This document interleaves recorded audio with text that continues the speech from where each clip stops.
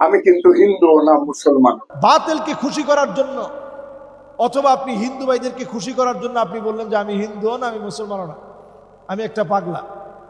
সাম্প্রতিক এক নেতা বলেছেন যে আমি হিন্দুও না আমি মুসলমানও না। এই কথা বললে আসলে কেউ যদি মনে করে আমি হিন্দুও না আমি মুসলমানও না, আসলে এটা কোনো কিছুই না। যেটা জামাও না পায়জামাও না, তো এটা কি? জামাও না পায়জামাও না, এটা একটা উন্না হইতে পারে। তো আসলে আপনার জীবনে মূল্যবান হতে হলে আপনার জামা হইতে হবে, নাহলে পায়জামা হইতে হবে, কিছু একটা হইতে হবে। একজন মুসলিম কখনো এই কথা বলতে পারে না যে আমি হিন্দুও না আমি মুসলমানও না। এটা কোনো মুসলমানের বক্তব্য হইতে পারে না।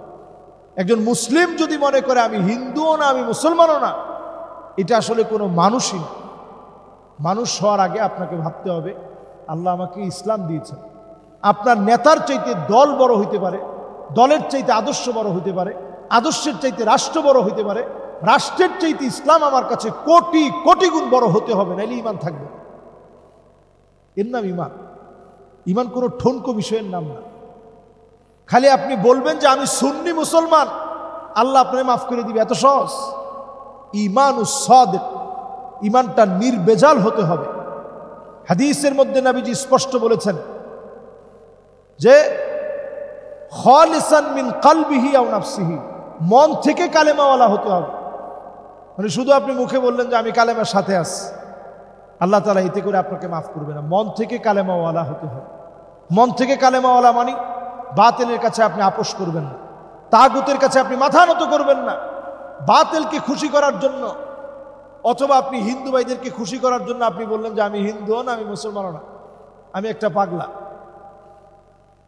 এই জাতীয় কথা যদি আপনি বলেন, আপনার মুসলমানিত্ব টিকে না। আর আল্লাহ তাআলার কোনো প্রয়োজন নাই এই জাতীয় মুসলমানের ঈমান গ্রহণ করতে হবে আল্লাহ। যদি আপনি 800 কোটি মানুষ সবাই ঈমানদার হয়ে যায়, আল্লাহর কোনো লাভ নেই। 800 কোটি মানুষ সবাই যদি কাফের হয়ে যায়, আল্লাহর কোনো লস নেই। এর নামই ঈমান। আপনি মনে করতে পারেন যে 800 কোটি সবাই যদি বিরুদ্ধে লেগে যায় কি একটা হয়ে যাবে। আল্লাহর সামনে 7 আকাশ আর 7 জমিন কা খরদালাতিন সাবআ, 7টা সরিষার দানার চাইতে বেশি না। সুবহানাল্লাহ বিহামদিহি।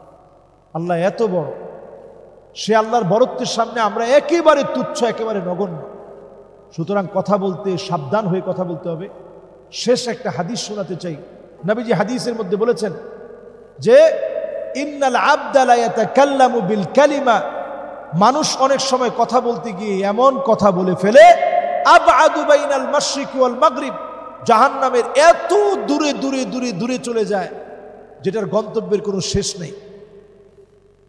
তার মানে কথা বলার ক্ষেত্রে মা ইয়ালফিযু মিন কাউলিন ইল্লা লাদাইহি রাকীবুন আতীদ, প্রত্যেকটা কথা বলার ক্ষেত্রে আপনার চিন্তা করা দরকার যে কথার ব্যাপারে জবাব দিতে হবে।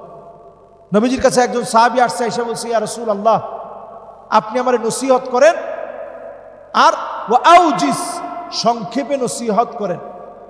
নবীজি 3টা নসিহত করলেন, এর মধ্যে 2 নাম্বার নসিহত করলেন এমন কথা বলবা না ইয়াতাযির, যেটার কারণে তুমি লজ্জিত হতে হয়, আবার মাফ চাইতে হয় যে ভাই আমার ভুল হয়েছে, আমার মাফ করে দেন। এই জাতীয় কথা বলার ক্ষেত্রে আগেই সচেতন হবে। যে লোকটার ব্যাপারে প্রশ্ন আসছে তার কথা সবসময় বেপরোয়া, এই জন্য কথার ব্যাপারে আপনি সংযত হন। কথার ব্যাপারে প্রত্যেকটা কথা আল্লাহর সামনে জবাব দিতে সম্মুখীন হতে হবে। আল্লাহ রাব্বুল আলামিন আমাদের প্রত্যেক কথা সজাগ দৃষ্টিতে বলার তৌফিক দান করুক। আল্লাহ তাআলা আমাদেরকে মাফ করে দিক। ভারতে খালি ক্লাসে নামাজ পড়া এবং নামাজ পড়ার কারণে ওইখানকার নাগরিকরা রাস্তায় নেমেছে, তাদেরকে কান ধরে উঠবোস করতে বলেছে। এটা আমরা সোশ্যাল মিডিয়াতে দেখেছি। অথচ চিন্তা করেন, আমরা বাংলাদেশে প্রায় সময় বলি যে সংখ্যালঘুদের সাথে সুন্দর আচরণ। আমরা বাংলাদেশের মধ্যে আপনি তাকায় দেখেন, সংখ্যালঘুদের পূজা পর্বণে আমরা কোনোরূপ ক্ষয়ক্ষতি তো হতে দেই না, বরং আমরা নিজেদের ক্ষতি করে তাদের পূজা পর্বণে গিয়ে তাদেরকে বরং অনেক সময় অনেক সহযোগিতা করি, নিজেদের ঈমানের ক্ষতি করে। অনেক সময় কথাবার্তা এমন হয়ে যায় যে আমার নিজের ঈমান প্রশ্নবিদ্ধ হয়ে যায়। অথচ আপনি একটু তাকায় দেখেন, হাত্তা তাদাল আকালা ইলা কাসাতিহা। ১৫০০ বছর আগে নবীজি বলে গেছেন, দস্তরখানায় খাবার বেড়ে যেভাবে মেহমানদারি করা হয়, এই রকম সারা দুনিয়ার ভিতরে মুসলমানদেরকে জুলুম করাকে তারা দায়িত্ব বানায় নিয়ে সব জায়গায় মুসলমানদেরকে মারা হবে, অপদস্থ করা হবে, অপমানিত করা হবে, লাঞ্ছিত করা হবে। তাই করা হচ্ছে। খালি জায়গা পেয়ে সেখানকার একজন ইমাম আর ৩ জন মুসল্লি মিলে একটু নামাজ পড়েছে, এটা নিয়ে পুরা মিডিয়া তোলপাড়, তাদের জনগণ তোলপাড়, তাদেরকে কান ধরাচ্ছে, জয় শ্রীরাম বল, জয় শ্রীরাম বল বলে বলে স্লোগান দেওয়াচ্ছে। মুসলিম শিক্ষকদেরকে জোর করে জয় শ্রীরাম বল বলে বলে তারা স্লোগান দেওয়াচ্ছে। আপনারা ভুলে যাবেন না, আমরা সেই সে জাতি যাদেরকে আল্লাহ রাব্বুল আলামিন আবার এই ভারত ভূখণ্ড আল্লাহ তাআলা মুসলমানদেরকে দিবেন খুব অচিরেই, ইনশাআল্লাহ। সায়াকুন কারিবা, এটা খুব নিকটে সারা দুনিয়া আমাদের হবে ইনশাআল্লাহ। তো এটার জন্য আপনারা সেই প্রেক্ষাপট তৈরি করতেছেন, সেই ফিল্ড ওয়ার্ক আপনারা নিজেরা করছেন। কষ্টটা আমাদের করতে হচ্ছে না, আপনারা কষ্টটা করতেছেন। আপনাদের একটু মনে রাখা দরকার, ইখতিয়ার উদ্দিন মোহাম্মদ বখতিয়ার খিলজি অল্প কিছু মানুষ নিয়ে পুরা ভারত বিজয় করছে। কেমনি বিজয় করছে জানেন? তেমন যুদ্ধ করতে হয় না। রাজা চাইছিল যুদ্ধ করতে, কিন্তু উনি তো নিয়ত করেই গেছেন যে বাস দিন বিজয় হবে। তখন মন্দিরের যারা পুরোহিত ছিল তারা শিবলিঙ্গের নিচে একটা চুম্বক লাগায় রাখছে, বিপরীত মেরু আরেকটা চুম্বক লাগায় রাখছে। তো শিবলিঙ্গটা ভেসেছিল। তো রাজারে গিয়ে বোঝানো হলো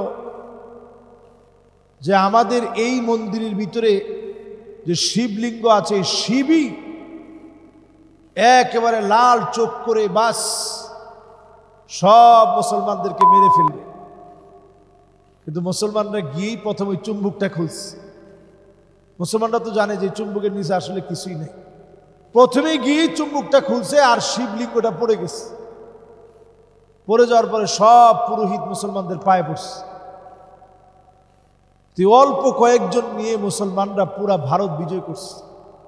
৮০০ বছর আমরা শাসন করেছি। সেই জায়গার ভিতরে আমাদেরকে আজকে তারা নামাজ পড়তে দেয় না, নামাজ পড়লে বাধা দেয়, নামাজ পড়লে আঘাত করে। এই জায়গা নিশ্চিত আবার মুসলমানদের হাতে আসবে ইনশাআল্লাহ। সেই দিনটা খুব সন্নিকটে এবং এটা এমন রক্তক্ষয়ী হবে, মুসলমানদের টাকনু পর্যন্ত রক্ত পৌঁছায় যাবে। এরপরে আল্লাহ তাআলা বিজয় দান করবে।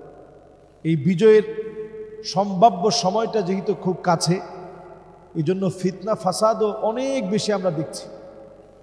এই সময়টাতে আল্লাহ রাব্বুল আলামিন বিজয় দান করাবেন, এজন্য আমাদেরকে প্রস্তুত করাচ্ছেন।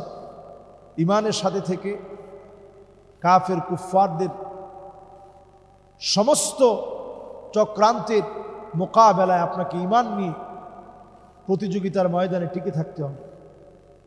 আমরা যেটা দেখেছি অত্যন্ত ন্যাক্কারজনক, তারা অনেক আদর্শের কথা বলে, তারা অনেক সংস্কৃতির কথা বলে, অথচ তারা মুসলমানদেরকে নামাজের জন্য মুসলমানদেরকে তারা এইভাবে মানুষের সামনে বেইজ্জত করতেছে।